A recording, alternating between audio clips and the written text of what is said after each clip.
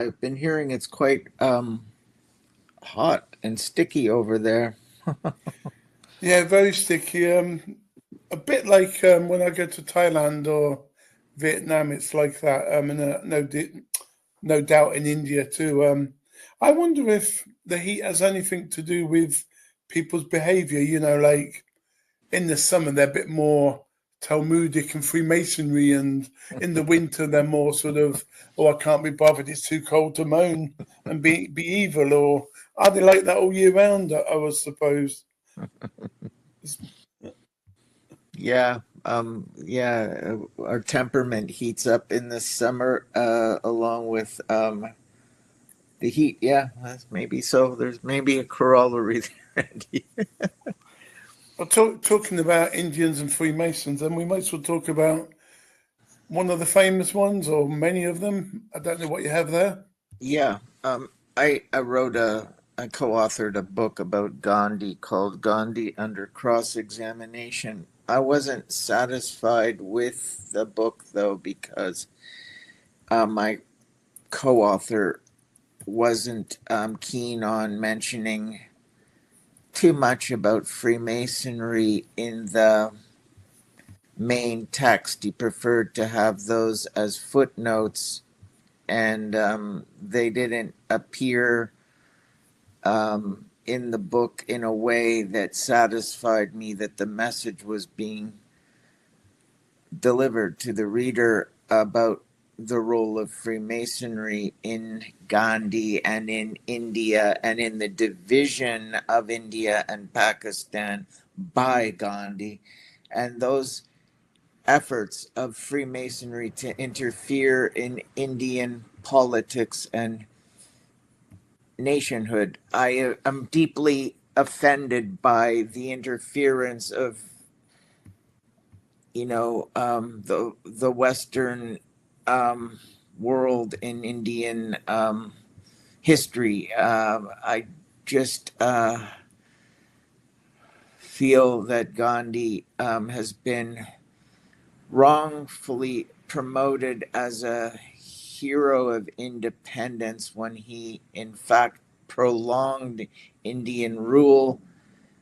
Sorry, he prolonged British rule in India by 40 years. He delayed Indian independence by 40 years, and he's responsible for the vivisection of the country with the division of India and Pakistan. And he, according to Notaram Godse, the assassin of Gandhi, whose testimony is he conducted his own defense in court, and his testimony was banned from public view for a good many decades. And it's only recently, through my efforts, that that has come to light. And I'm going to be publishing a book in which Gandhi is featured as a chapter in the book, as a subject that needs to be shared, so that people understand the full extent of Freemason interference in Indian politics in the time of Gandhi, and in fact after the time of Gandhi through the Congress Party. Um, Now, there was a book that was published, Masoni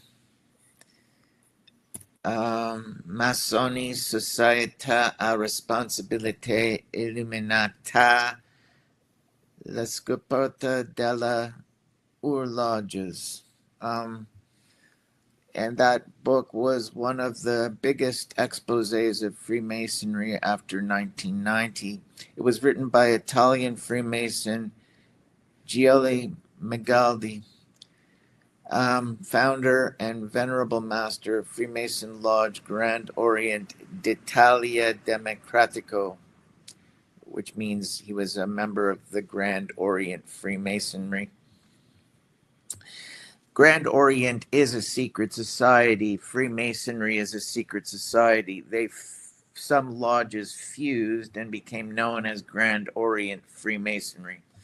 I can just tell you that the Grand Orient Lodge is an Illuminati lodge.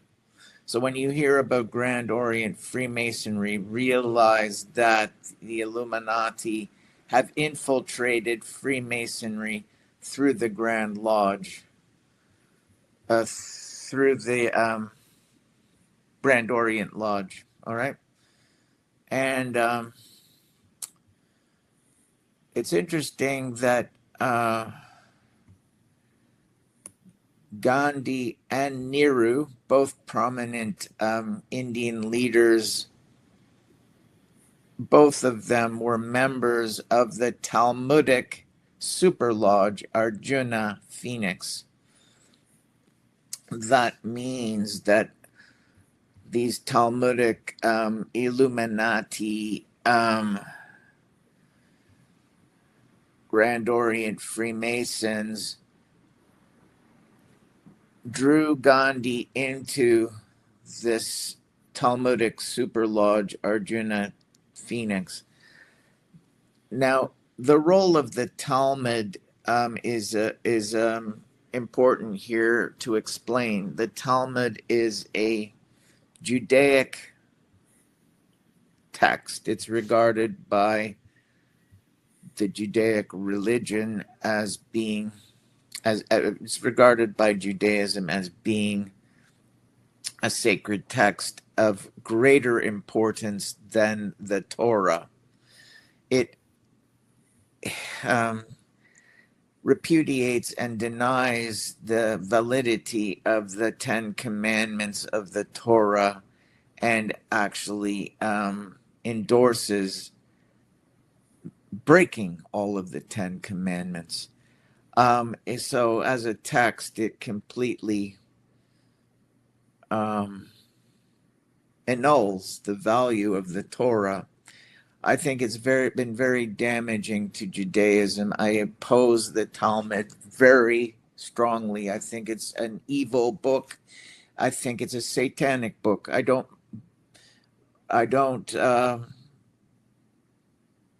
want to be politically correct and just deny the truth simply because I want to avoid the,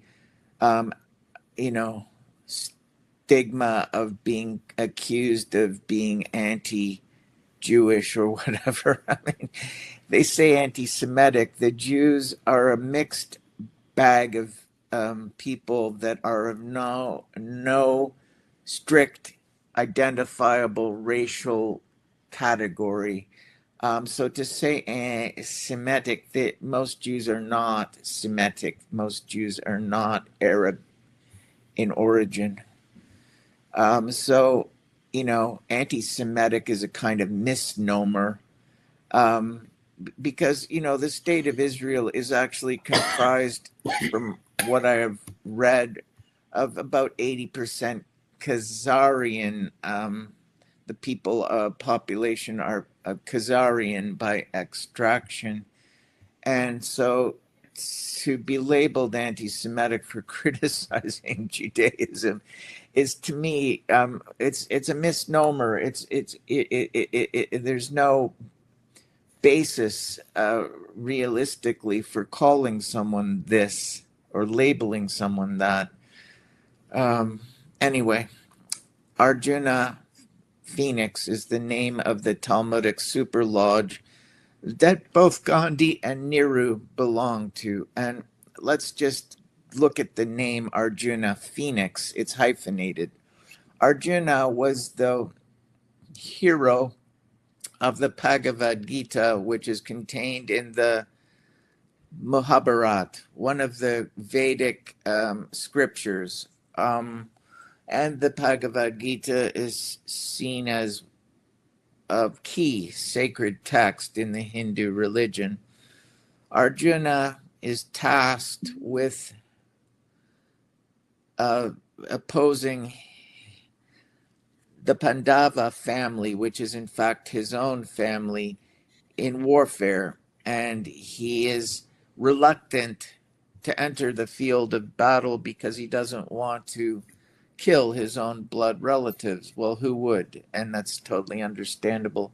But Krishna appears on the battlefield miraculously and encourages Arjuna, and he instructs him on how he's fearful of entering the battlefield because he suffers from too much attachment to his body.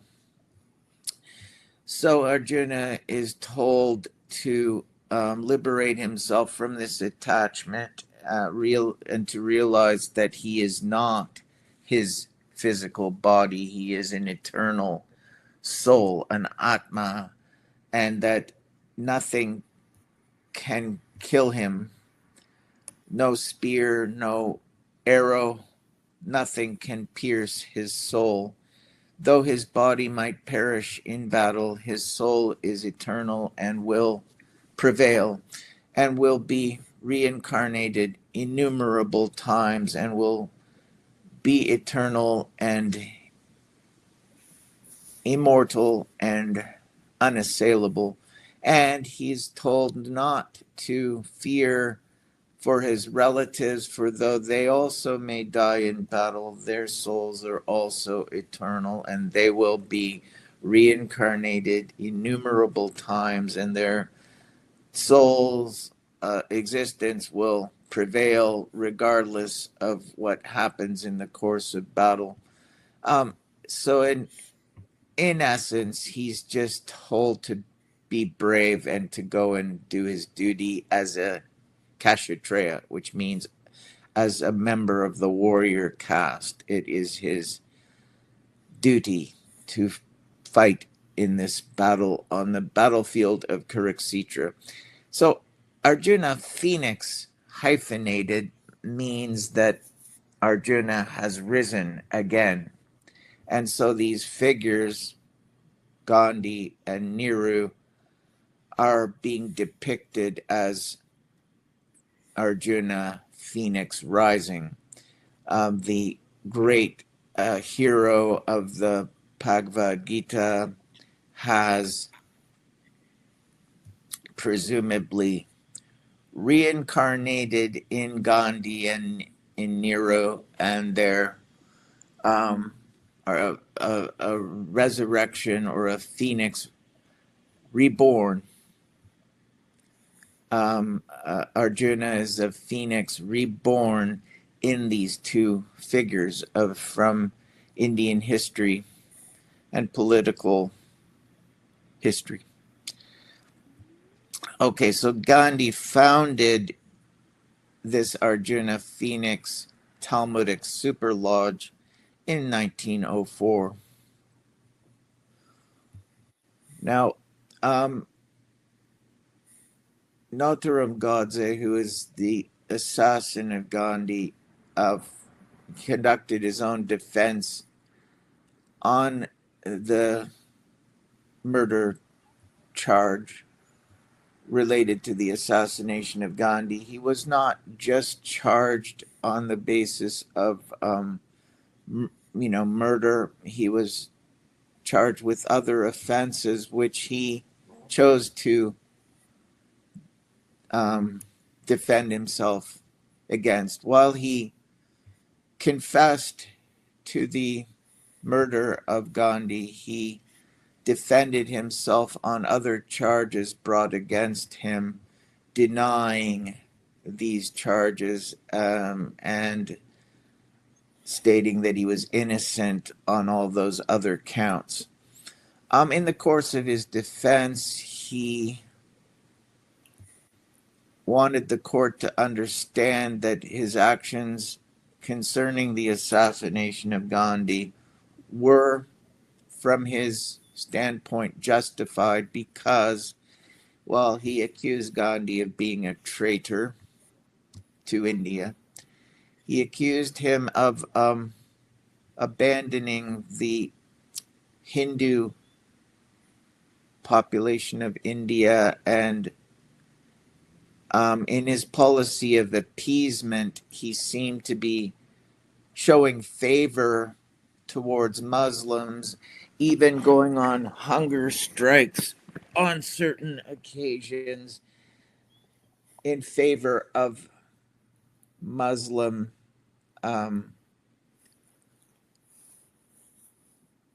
in favor of the Muslim population. What was happening is that the Muslim League, which was a terrorist organization, which had its headquarters in London, strangely enough, he was in regular correspondence with the head of the Muslim League.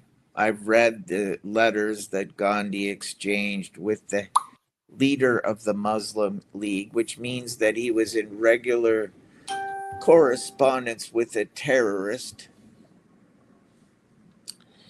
And I believe it is MI6, which has a strong Talmudic Zionist influence. I believe that MI6 was behind the creation of this terrorist organization known as the Muslim League. And not surprisingly, it established its headquarters in London, England, showing that there is a connection here with the British Empire and with British Freemasonry and presumably the Grand Lodge of England. So, also, Lord Ampthill was the head of the Grand Lodge of England, and Gandhi was in communication with Lord Ampthill. And he asked Lord Ampthill to write the foreword for fellow Freemason J.J. Doak's book about Gandhi, the biography of Gandhi.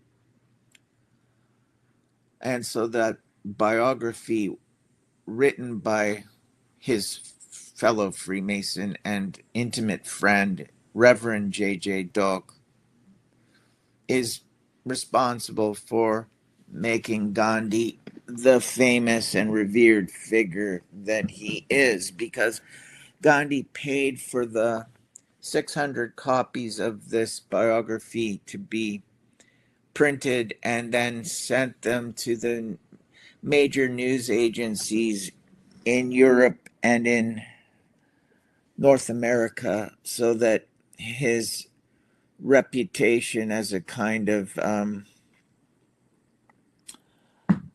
hero figure was established through his own effort and the effort of Freemasons, Reverend J.J. Doak and Lord Ampthill, to make him into a kind of martyr figure who ostensibly was persecuted on board a train. But my co-author and I showed that the so-called racial train and coach incidents that were supposed to have happened to Gandhi were fabricated. He had 4 historical accounts of these racial train and coach incidents, written decades apart, and none of the documentary evidence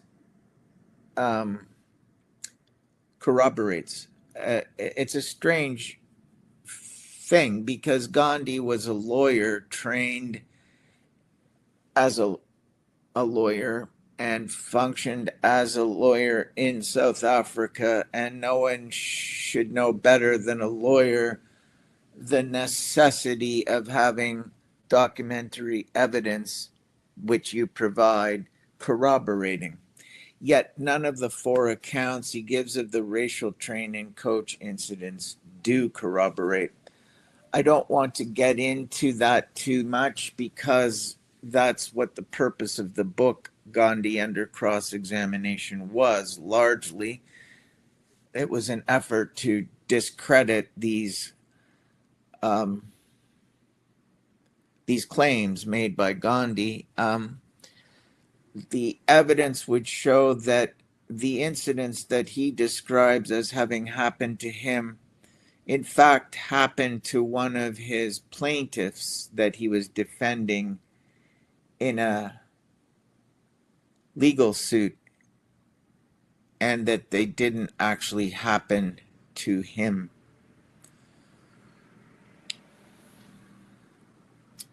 At any rate, Notaram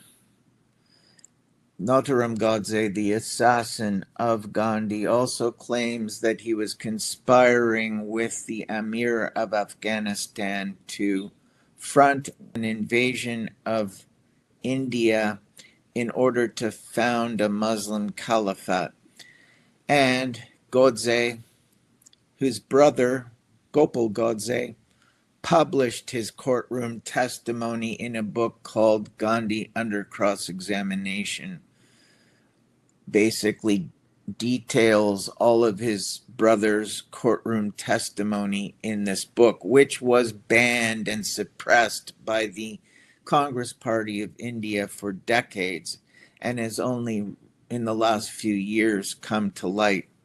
Of course, I have read Gopal Godse's book, May It Please Your Honor, and I have written a chapter about Gandhi in my book, which I hope to publish this year, which is called Shakespeare's Codex, All the World Staged and We Are Merely Played. Now, we know that Gandhi was in contact with the head of the Muslim League, and we know that he was engaged in a policy of appeasement concerning the activities of the Muslim League in Bengal, and many Hindus, men, women, and children, were being slaughtered in the streets by this terrorist organization. And far from sending in the military to defend innocent civilians against the attacks of terrorism, Gandhi left them and abandoned them to their fates. He also, Notaram Godse, he shares with the courtroom some of the speeches made by Gandhi concerning the plight of Hindus in various cities in Pakistan where they're being persecuted and slaughtered, quite frankly. And the refugees that fled, trying to escape Pakistan to come to India to seek asylum, he made these absurd speeches about how they should accept their fate and be brave and return to their former residence in Pakistan, and they should embrace their Muslim brothers, and even if their Muslim brothers slaughter them, they should remember the teachings of the Bhagavad Gita and be brave and realize that their souls are eternal, and that though they may be slaughtered, though their bodies may be slaughtered, their souls are immortal, and that they should be brave and accept their fate and all this nonsense. And anyone who'd heard the speech and really thought about it would realize, what is he saying? Has he gone mad? Has he lost his marbles? Has he lost his senses? What could he possibly be saying here? What is he really meaning? It's absurd. Logically, philosophically, his argument is absolutely absurd. And no wonder Notaram Godse was shocked and offended by the speeches made by Gandhi and sought to share them in the court so that people would see that there must be some justification for his opposition to Gandhi as a leader in India. And he defended his actions on the basis of, I'm sorry, but I couldn't help it. As a Hindu and Indian patriot, I had no recourse but to end the career of this um, traitor who was doing so much damage to the country.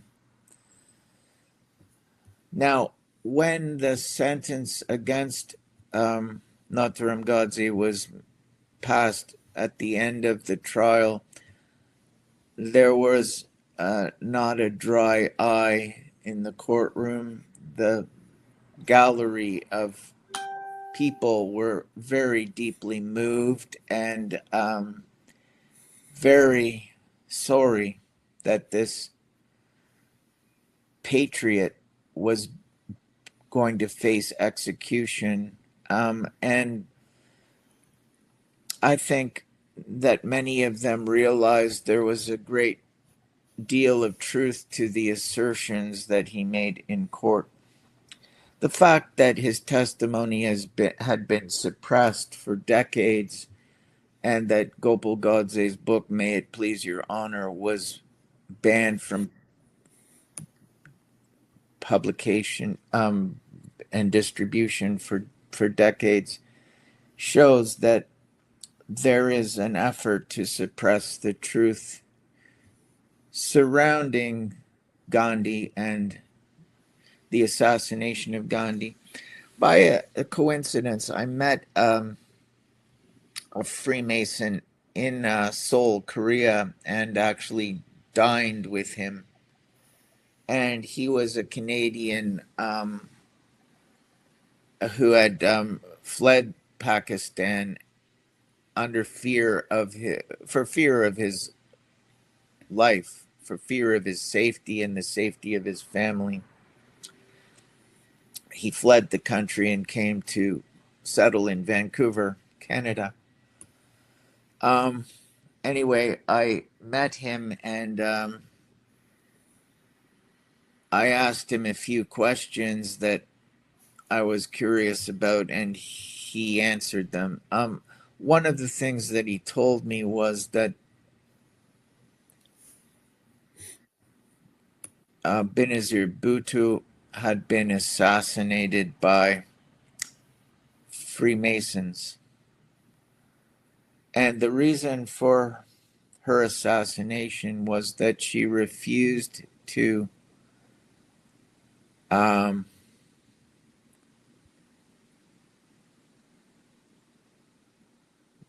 cooperate, I suppose you could say. But he was asked specifically to fund her re-election campaign in Pakistan. He was a very high-ranking corporate magnate with a great deal of wealth, and he was asked to fund her campaign for re-election, and he refused. And on that basis, he was seen as a Freemason who had betrayed his brethren. Now, to make it clear, he said Benazir Bhutto was a fellow lodge member at the same Freemason lodge as himself. And I said, what? A woman? I thought that women belong to the Order of the Eastern Star, which is the basically female Freemasonry, and were not inducted into Freemason lodges. And he said, no, very prominent and highly ranked officials who are women are often inducted into Freemason lodges, and she's a clear example of one such. And we were fellow lodge members, and when I refused to give her a contribution for her re-election campaign, I was seen as someone who had betrayed my fellow lodge member, and so I was subjected to the ritual punishment of the third degree. And at that point he showed me the scars here at his temples and the one scar in the middle of his forehead, which correspond to the ritual torture of the third degree. Now, we often hear the term, oh, they gave him the third degree, which is a metaphor for getting a severe grilling or interrogation. But the actual ritual of the third degree is, in fact, a ritual punishment given by Freemasons to fellow Freemasons who are seen as having betrayed the Brotherhood or betrayed a fellow lodge member in some way. And it commemorates the third degree of Freemasonry historical figure, Hiram Abiff, who was the alleged architect of King Solomon's temple. And he was in prayers in the temple when three ruffians entered the temple and demanded to know the secrets of the third degree, the secrets of the Master Mason degree. And he refused to divulge the secrets to the three unworthy craftsmen. Consequently, they cordoned off the exits to the temple and they attacked him. The first of the assassins struck him in the temple with a architectural or Masonic device, I believe a plumb line. And so he was struck in the temple and went down on one knee, then rose again. He then tried to exit through another exit of the temple and was confronted by the second of the unworthy craftsmen, who struck him in the other temple with an architectural device. He then fell again on one knee and rose again, and in the final attempt to escape with his life, he was confronted by the third and final assassin, who cordoned off the exit and wouldn't allow him to pass. He then took a stone maul, a hammer, and struck Hiram Abiff in the middle of the forehead, a fatal blow which caused him to fall to his knees and then completely collapse and fall on his face on the stonemasonry floor of the temple. Thus, Hiram Abiff met his untimely end at the hands of the three unworthy craftsmen. Now, this ritual is reenacted in the case of a Freemason who has been seen to have somehow betrayed the Freemason order, the secret society, and somehow betrayed a fellow lodge member. And in this case, the man I met declared that he had been tortured and had just narrowly escaped with his life. He needed reconstructive surgery for his face, some kind of plastic surgery to repair the injuries that he had suffered. So clearly it's an aggravated assault, which damaged his face to the point where he needed reconstructive surgery. Having survived the aggravated assault, he and his family fled Pakistan and came to Canada to seek asylum and to present themselves as refugees, and eventually gained Canadian citizenship. Now, one of the things he told me was that the assassin of Gandhi, Notaram Godse,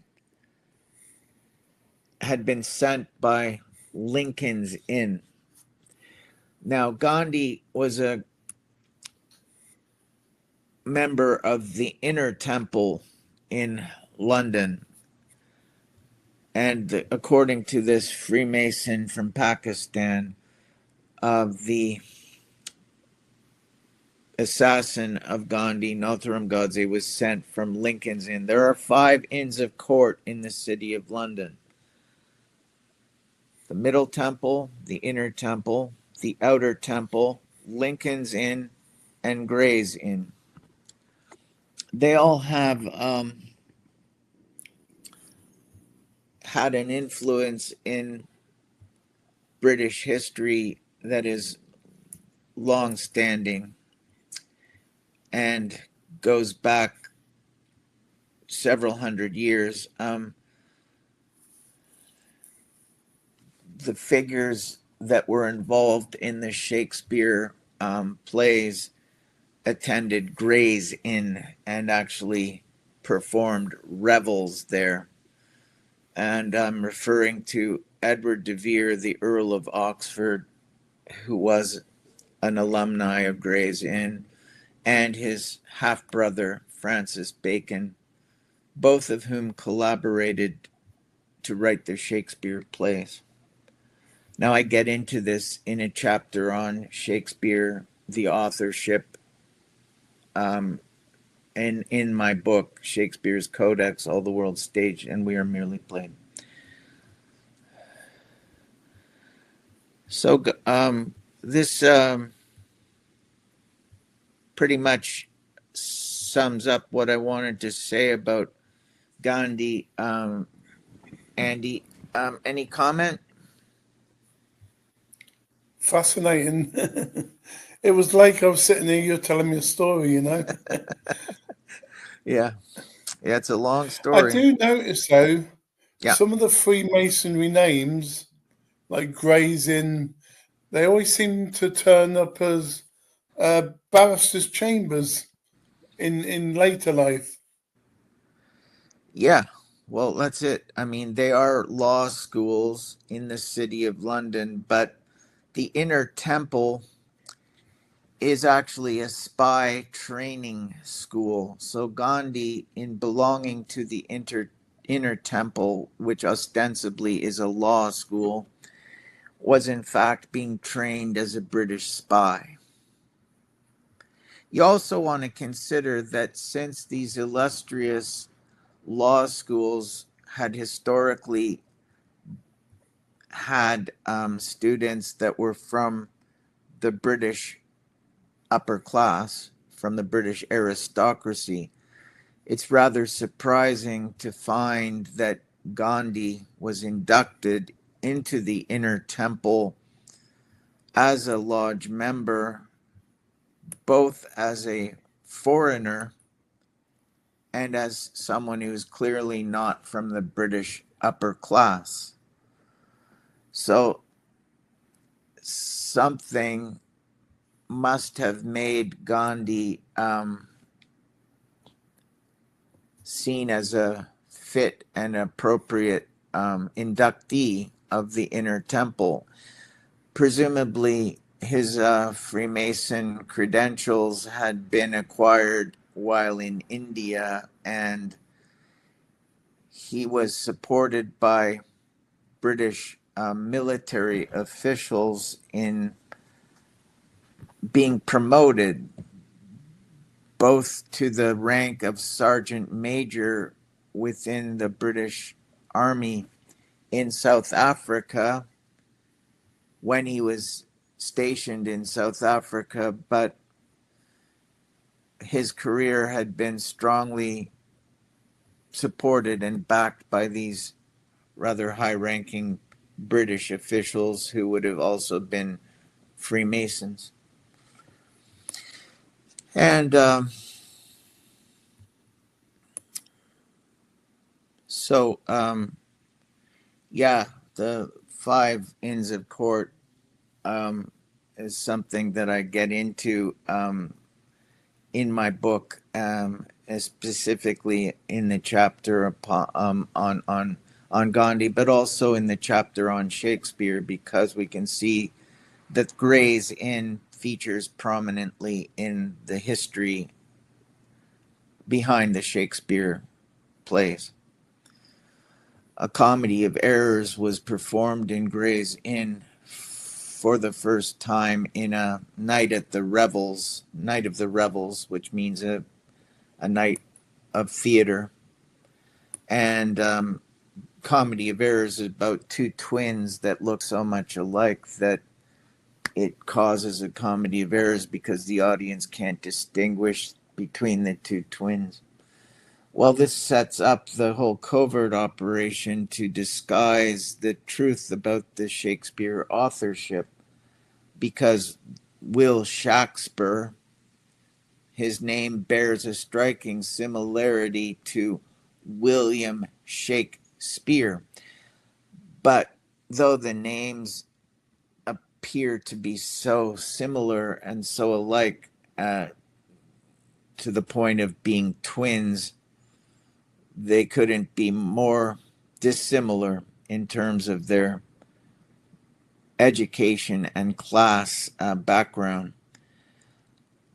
Because Will Shakespeare was a commoner from Stratford, and the true authors, Edward de Vere, the 17th Earl of Oxford, and Francis Bacon, were members of the nobility. In fact, both illegitimate sons of Queen Elizabeth I and half brothers, because though they share the same mother, they had different fathers. Thomas Seymour was the father of Edward de Vere, and Robert Dudley, the Earl of Leicester, was the father of Francis Bacon. Together, the half brothers collaborated to create the Shakespeare works. Okay, Andy?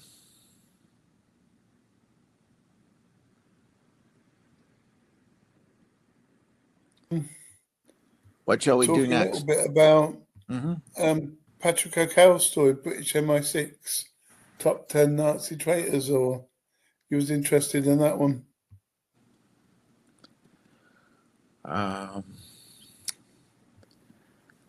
Okay. Just a minute. I don't. I could send it back on the email. You sent it to me? I can send it back, yeah. Because it kind of links up with the Gandhi stuff and the Freemasonry at least. Okay. I've just sent it now. You just send it now? Because when you was interested in that was quite good too, for my interest. Okay. I don't have it. You sent it just now? Okay. Yeah. Top 20 British MI6 assets in NSDAP Germany. World War II was like a vast movie production expertly scripted by Team Antichrist and masterfully directed by MI6. But most importantly of all, World War II was the single most controlled conflict of all of human history. Now, Patrick O'Connor must be credited with this quite insightful piece about World War II. It's very interesting. Some Nazis admired Britain for genociding 200 million victims, so they wanted to either unite with Britain or else emulate Britain's legendary success in genocide, which had made Britain the world's #1 genocider of all time. If World War II had been a genuine organic war, it would have lasted at least 15 years, most likely a quarter of a century, 25 plus years. But Team Antichrist could never have stomached such a lengthy war because it would have ruined its plans to finance both sides, and also because the prophecy co-invented by the holy inverted commas Rabbi Maimonides in the 1100s was for the Antichrist state of Israel to be launched in 1948. So Team Antichrist wanted World War II to end roughly 3 years before that all-important deadline of 1948. Overall, the entire timing of World War II is the biggest proof that MI6 totally sabotaged Germany. Fascinating stuff. All right, so an MI6 asset is one you can spot by his deeds. An MI6 asset, on the other hand, is a full-fledged card-carrying MI6 man who has signed his MI6 contract and is an agent for life. The the MI5 MI6 double cross system. I should explain the double cross. There's a family called the House of Guise and Lorraine whose coat of arms is the double cross. And you can see that it does actually look like a double cross. There's a main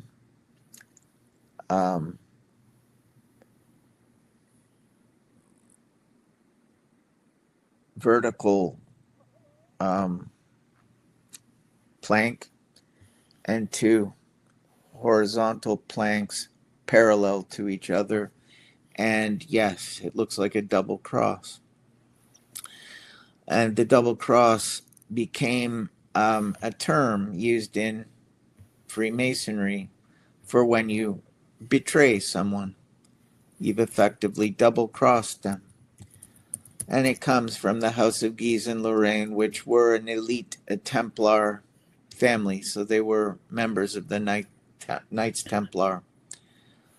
Now, historically, both the Knights Templar and their later organization, which became the York Scottish Rite of Freemasonry,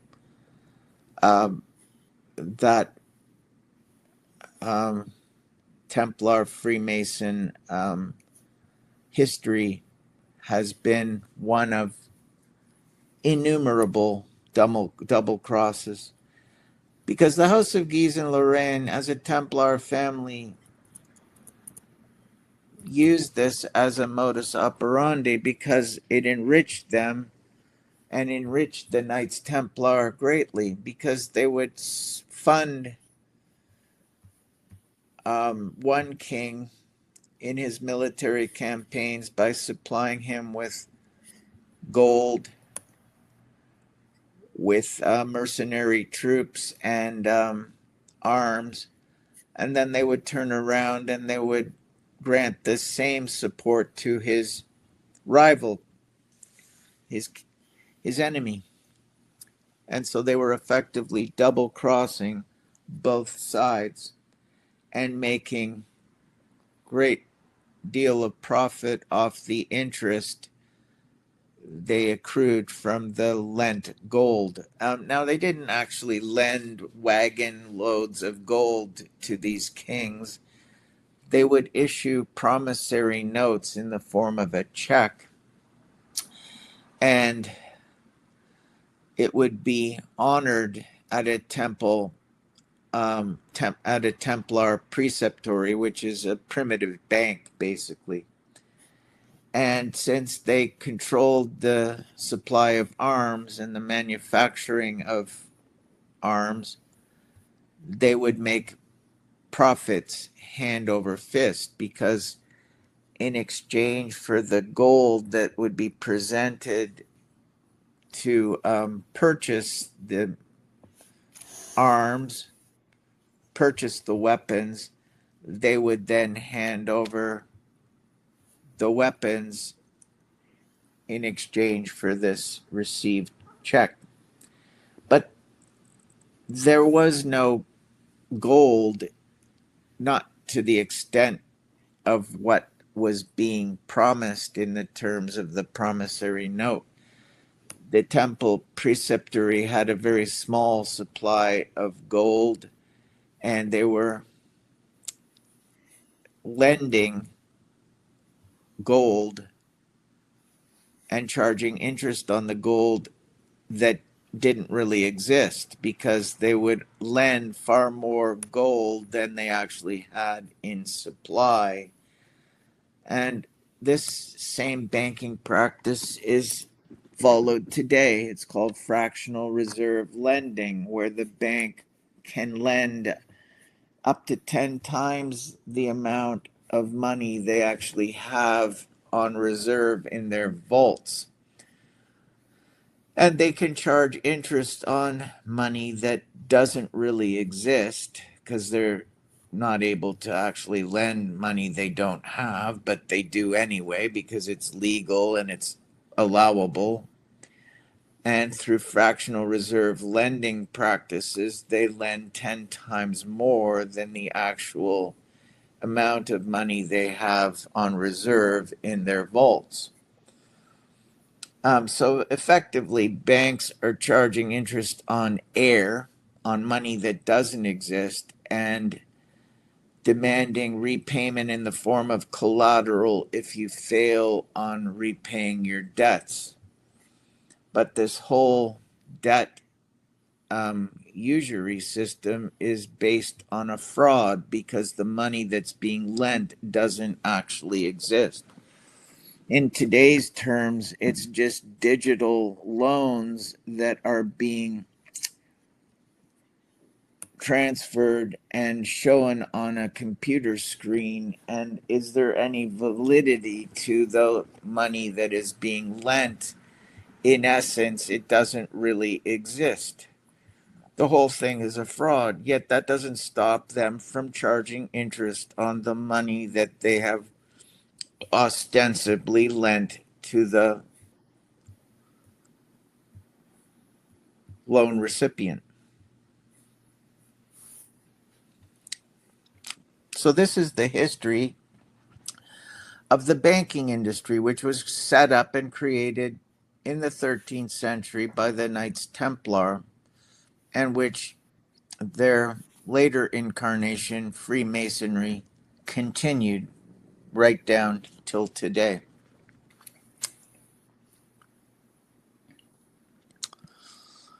So in World War I and World War II, but especially in World War II, the British demonstrated that they were the absolute masters of statecraft. So poor Germany never really stood a chance. Starting in 1933, the MI5 MI6 double cross system began blackmailing top German operatives to become first and foremost British MI6 agents.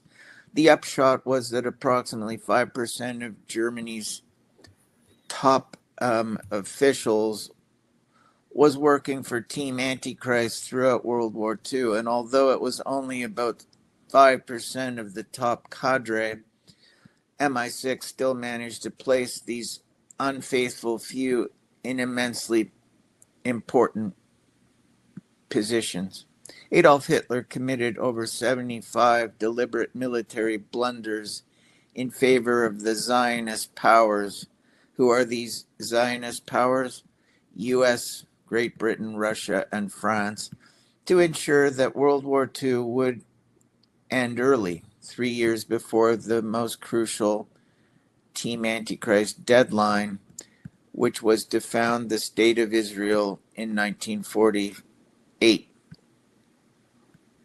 and also to boost the German Holocaust death toll to 37 million. MI6 agent Führer and Reich Kanzler Adolf Hitler. According to most sources, Hitler was brainwashed in London, Liverpool, Dublin, and Vienna, this being the Tavistock or Illuminati mind control centers at the time. In Greg Hallett's book, published in 2005, Hitler was a British agent. You can find some of this information. Andy, you've got a link here that you have in this article. Maybe you could share that so that people can read the link to Greg Hallett's book, Hitler Was a British Agent? Yeah, I'll put that in the description later on. Okay, good.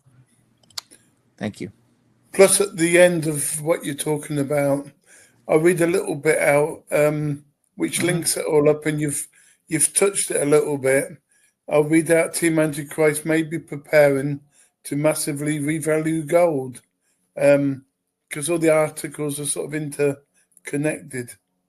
So I'll do that after you're finished. Yeah, I saw that article. It's very interesting as well. On the 20th of November 1917, at Cambrai in northern France, Hitler was captured in the trenches along with other Germans. The British troops, part of the Royal Green Jacket Regiment, were on orders to take no prisoners, and they began slaughtering. Hitler was about to be terminated when a British intelligence officer ran up and said, "Oh no, no, no, no, no, not that man."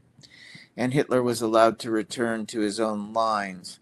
Twice during World War I, Hitler was saved on orders of a British intelligence officer. Clearly, the British regime wanted its valuable MI6 asset, Adolf Hitler, a little bit, but not too much, in harm's way, so as to bolster his German patriot credentials. But twice it stepped in to save his life, because he was, in fact, a British agent. Amazing. I should also mention that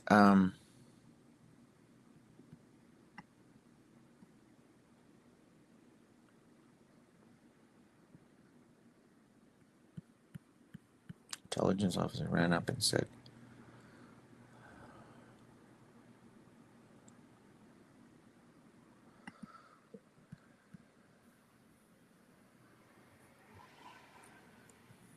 "Isn't it awful when you got an idea and then it slips away?" I can't think of what I was going to say. Well, it proves it's not rehearsed. Yeah. Yeah.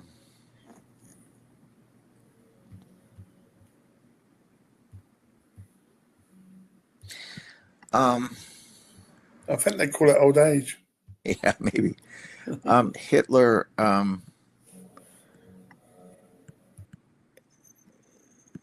his role in the war seems quite duplicitous, and the so-called suicide that was alleged to have taken place, where he and Eva Braun committed suicide, that was staged. That was a double of Hitler and presumably Braun that died in the bunker. It was not Hitler. And Hitler and Braun both escaped, took an overnight flight to Italy, and then took a U-boat all the way to Argentina. Not only did Hitler survive the war, but he continued to live on in Argentina as part of the effort of Bormann and the rat lines to get the higher ranking German officials out of the country at the end of the war. Okay, so MI6 agent Deputy Führer Martin Bormann was a triple agent for three powers: the DE, Great Britain, and Russia. After Marx Warburg left Germany in 1938, Bormann became Hitler's main MI6 handler. Hitler covered for triple agent Bormann when the non-NSDAP Wehrmacht caught him sending radio signals to Moscow's Kremlin and KGB. In May 1945, Team Antichrist gave Bormann and Hitler their freedom, but Hitler remained embittered because Bormann took full control of Germany in the summer of 1944. Bormann had the signature of the bank accounts of most of the loot of the NSDAP, that most of the loot of that the NSDAP had stolen for its bosses in Team Antichrist from throughout occupied Europe. In 1939 to 45,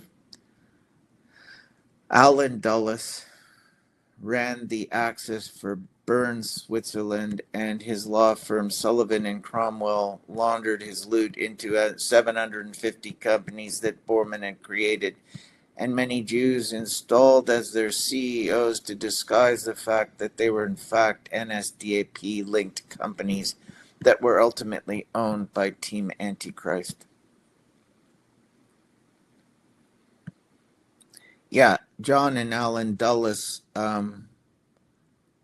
former Nazis, founded the CIA, and they were connected with the effort known as Project Paperclip to bring many of the higher ranking Nazis over to carry on business as usual, working for the CIA after the war.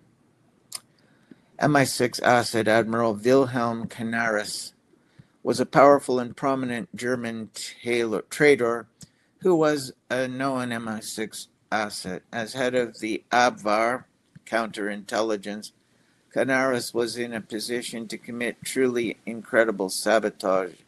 At the invasion of Russia, German troops captured a vital cache of official documents that Russian administrators had failed to destroy or evacuate. But Canaris, his lackey Oster, and others hid this prized hoard in Angerburg, East Prussia, and never gave it to Hitler or the OKW through all of World War II. In his memoirs, Grand Admiral Karl Dönitz confirmed the Abwehr delivered not a single useful report about the enemy throughout the entire war. MI6 asset Reich Marshal Hermann Wilhelm Göring. Göring founded the Gestapo in 1933 and headed the Luftwaffe in 1935 to 45. MI6 knew that Göring was corruptible, noting that he was much more interested in positions than paid money than in war.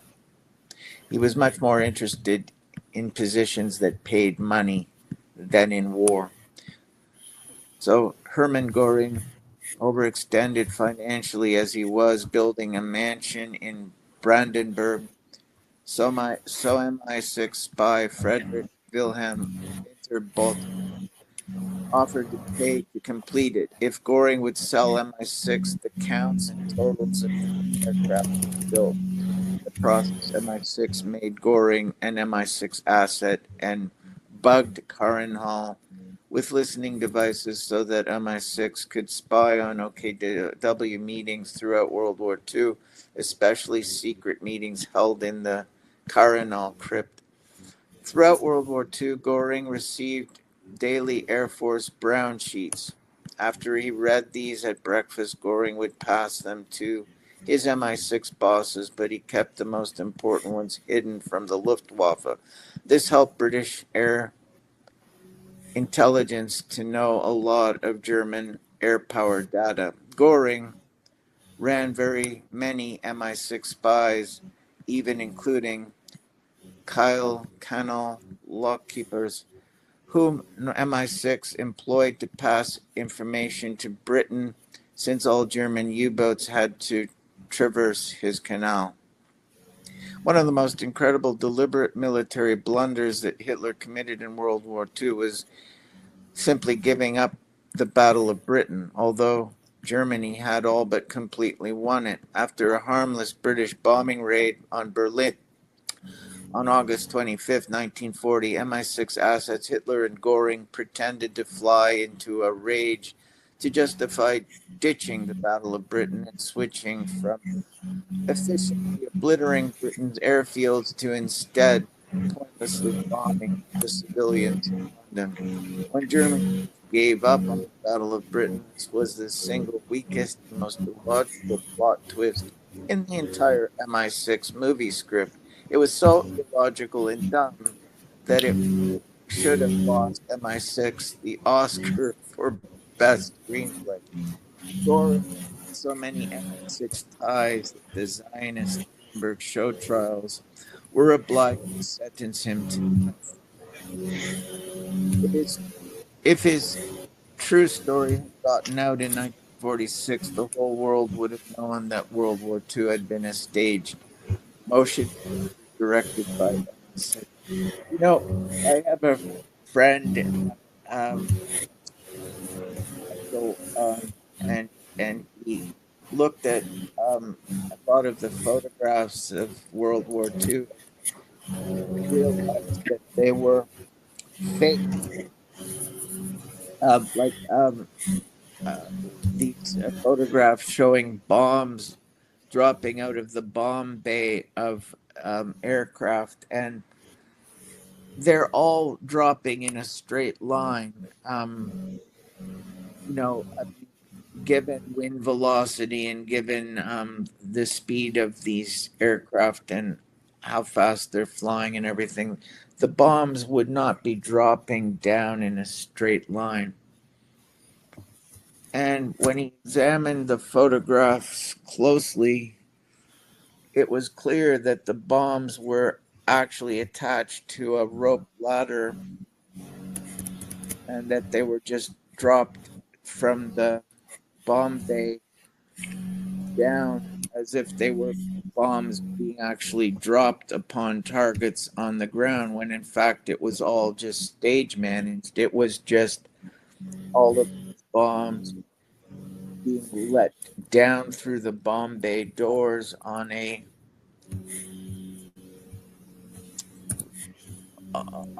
ladder. It was theatrics. That's all it was. It's a little bit like the many efforts that the Allies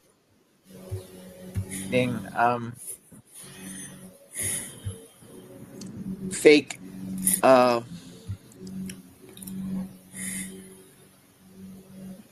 armies on the battlefield, where they had inflated tanks that were put in position, and when in a distance, actually.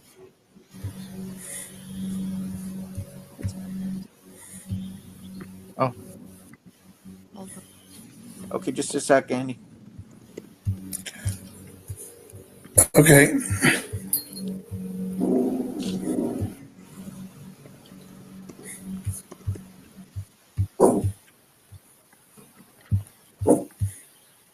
Hear me? Sorry, Yeah. Cool.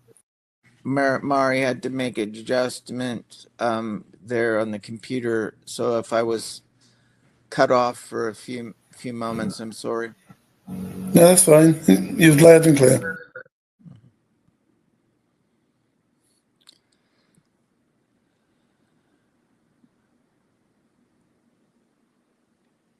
This is very interesting, though. Goring had so many MI6 ties that the Zionist Nuremberg show trials were obliged to sentence him to death. For if his true story had gotten out in 1946, the whole world would have known that World War II had been a stage managed motion picture directed by MI6. It's very common, isn't it, for these people that are intelligence assets to end up dying before they can testify in a trial, so that damaging information that would be extremely damaging to the intelligence community is suppressed. Oops. I should mention what I was going to mention earlier is that when Trotsky, whose real name was Bronstein, so it's not Leon Trotsky, but in fact Lev Bronstein. He was a German Jew, and he was training the Bolshevik revolutionaries in the United States. And he was given a passport by Woodrow Wilson, the president at the time, to seek passage back to Russia. But he was stopped in Halifax by Canadian immigration police and was held. And this British MI6 officers came along and told the Canadian immigration police to let him go, Bronstein. He was given considerable money for the training of these Bolshevik revolutionaries in the United States, and the money came from the Schiff family, which was a Rothschild affiliated uh, New York banking establishment family. So Trotsky was let go and was able to escape and get back to Russia with his fellow revolutionaries because of the intervention of MI6 in Halifax, Nova Scotia. That was mentioned in an article by Colonel Maclean of Canada's well-known magazine, Maclean's magazine. And it's mentioned in an article by Colonel Maclean.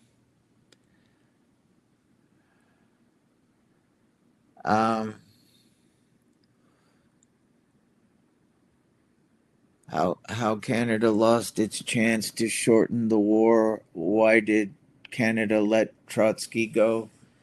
Yeah, that's the name of the article.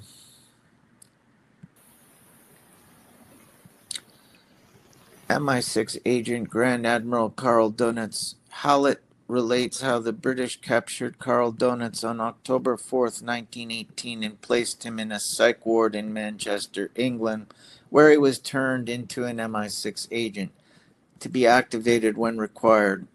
After 9.5 months of training, he was released in July 1919. Donitz was a U-boat commander who knew the secrets of German Antarctica.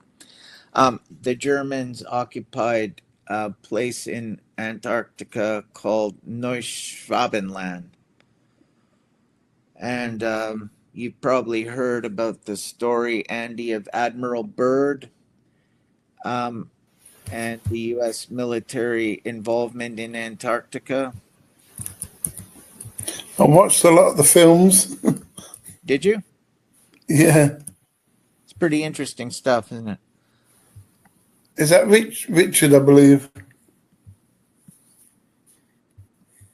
Richard Byrd? Richard. Are we talking Richard Byrd? Yeah, BYRD. yeah, Yeah, yeah, yeah. yeah, that's right. Admiral Byrd. So This yeah, there person. are a few YouTube videos about that. Isn't it? It's quite interesting, eh? Yeah, like a good old war film or war video, Yeah, especially the ones in Antarctica or in Norway, yeah, it's pretty in interesting, the isn't it? cold countries. Okay, so MI6 asset Major General Hans Paul Oster. Within the Abwehr, Hans Oster was the treasonous deputy and top conspirator of MI6 asset Wilhelm Canaris. In April-May 1940, before Germany's campaigns in Norway and the Netherlands, Oster leaked the entire detailed German plans to both nations, but neither trusted them as they did not expect such treachery from any Germans, so neither of them used these plans in their military defense. Together with Chamberlain, Oster worked on a proposal called 1938 Oster Conspiracy to assassinate Hitler, but this was ditched after the October 1938 Munich Agreement. MI6 asset Foreign Minister Joachim von Ribbentrop. This is a very interesting name, Joachim, because the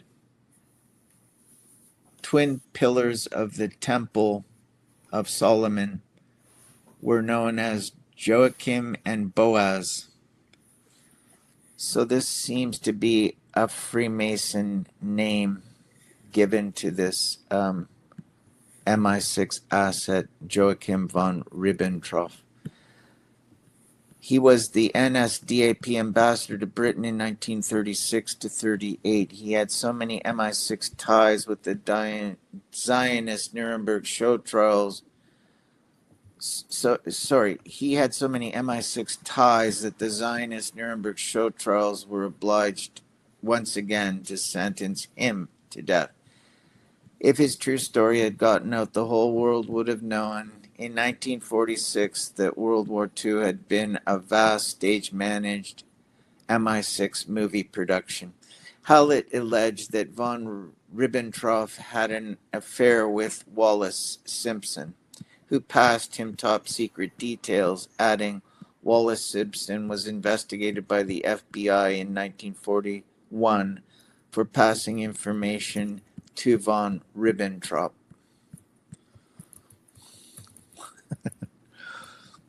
MI6 asset for Theodor Morell, MD. Hitler's personal physician, Theodor Morell, was an MI6 asset who helped to keep Hitler under MI6 mind control in the years 1933 to 45, giving all the drugs required. Hitler showed clear signs of the effects of these drugs as he rocked back and forth incessantly at the 1936 Berlin Olympics. And you can actually see a YouTube video of this.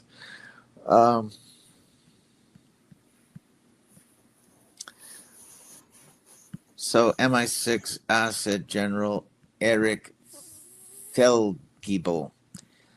General Erich Feldgiebel was a member of the German resistance and the communications chief at Hitler's headquarters in Berlin. After Germany invaded Russia, Feldgiebel installed a direct phone line from Hitler's headquarters to Bern, Switzerland, to send classified information to MI6 asset Hans Gesivius, a Gestapo airbar villain who relayed it to Moscow.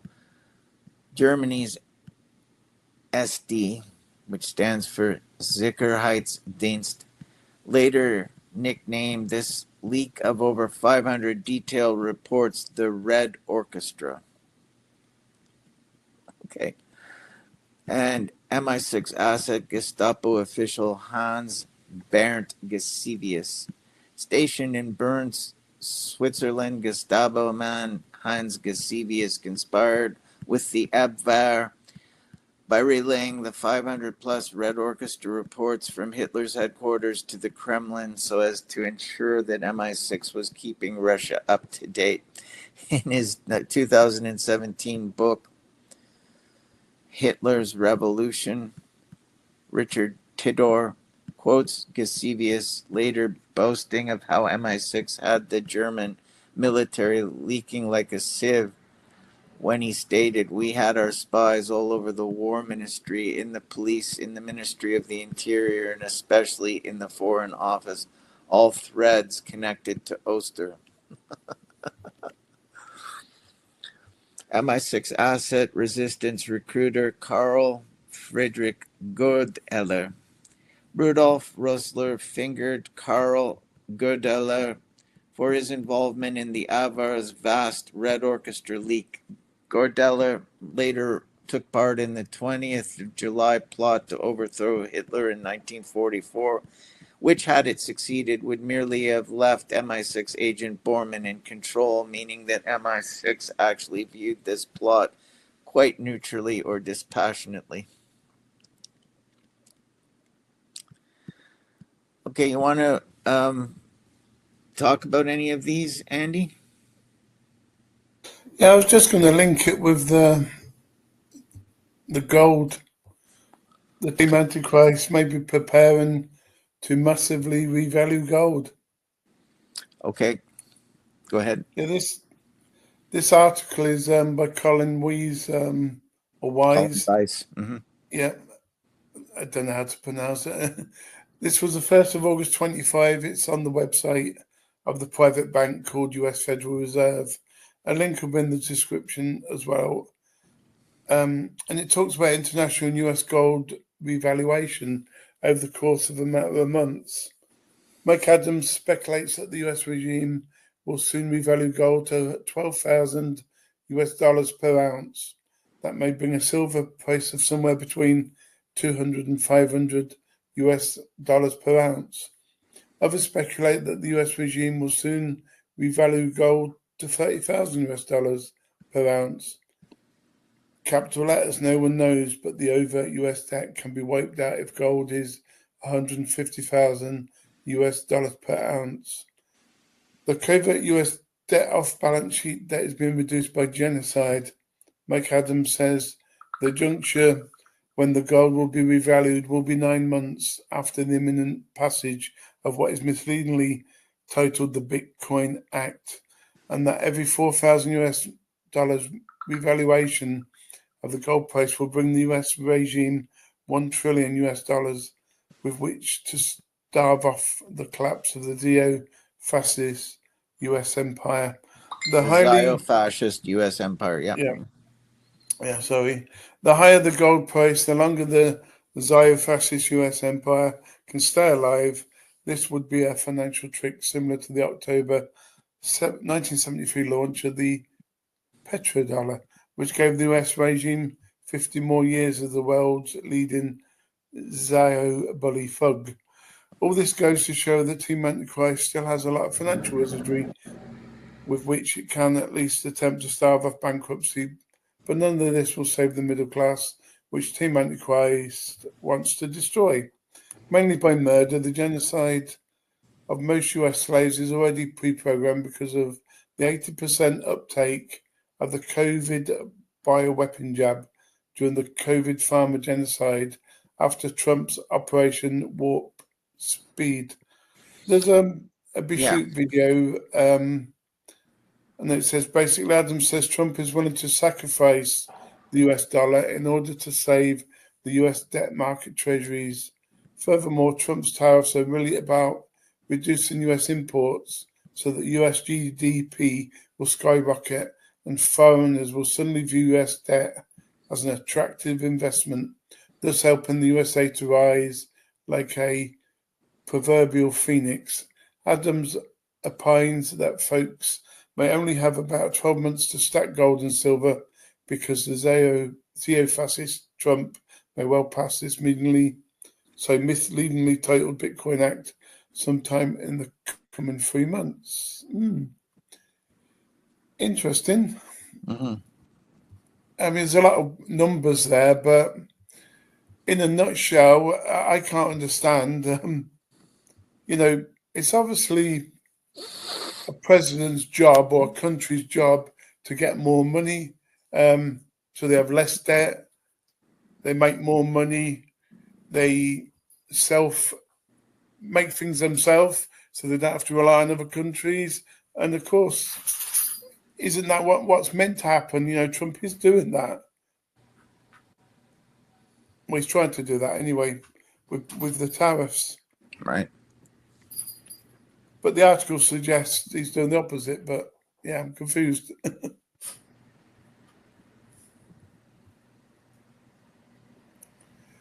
A little update on the war. I mean, you've probably seen that they did meet in Alaska. So instead of Trump selling Ukraine's land for Zelensky, he's bullying Zelensky now to sell his own land to Putin, which he's not right. Really, he's a war criminal, and that although people want the war to stop, they shouldn't have. They shouldn't have.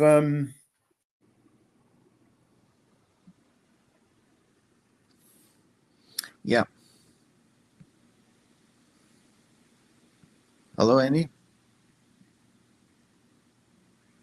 Andy, hello. Oh, sorry. I think what happens is my volume keeps muting. Okay. What did you last hear?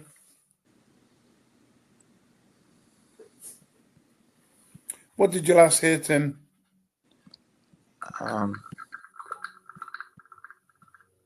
Um, you just were saying something about another claim of Mike Adams. Trump is willing to sacrifice the U.S. dollar in order to save the U.S. debt market, treasuries, etc. Furthermore, Trump's tariffs are really about reducing U.S. imports so that U.S. GDP will skyrocket and foreigners will suddenly view U.S. debt as an attractive investment, thus helping the USA rise like a proverbial phoenix. But my comment was, and I don't think you heard. Surely Trump's job is to make the country better off. Yes, He is supposed to put tariffs, so all the stuff is grown or made in the US, so he makes a profit. The article suggests he's doing the opposite when what Trump is doing. Well, what the national media tells you Trump's doing, he's trying to just build the economy and lessen the debt for the country. right. So that article to me was confusing, but anybody with a financial head would understand. Then I went on to say Putin and Trump met in Alaska, and Trump, obviously said, "Well, I can't sell Zelensky's land because no one will forgive me. So what I'll do is instead, we'll come up with no deal, and I'll bully Zelensky and meet me tomorrow Monday, and make him sell his own land to Putin, who's a war criminal. We want the war to stop, but we shouldn't be treating war criminals with red carpets. That is something Trump may have done wrong, but hey, Right. it's all about the money, though, isn't it? This is the point. Yeah. No one is actually doing that for the love of God or the love of people. They're doing it for money, power, or fame. Right. I got it. Okay, Andy, I think we'll end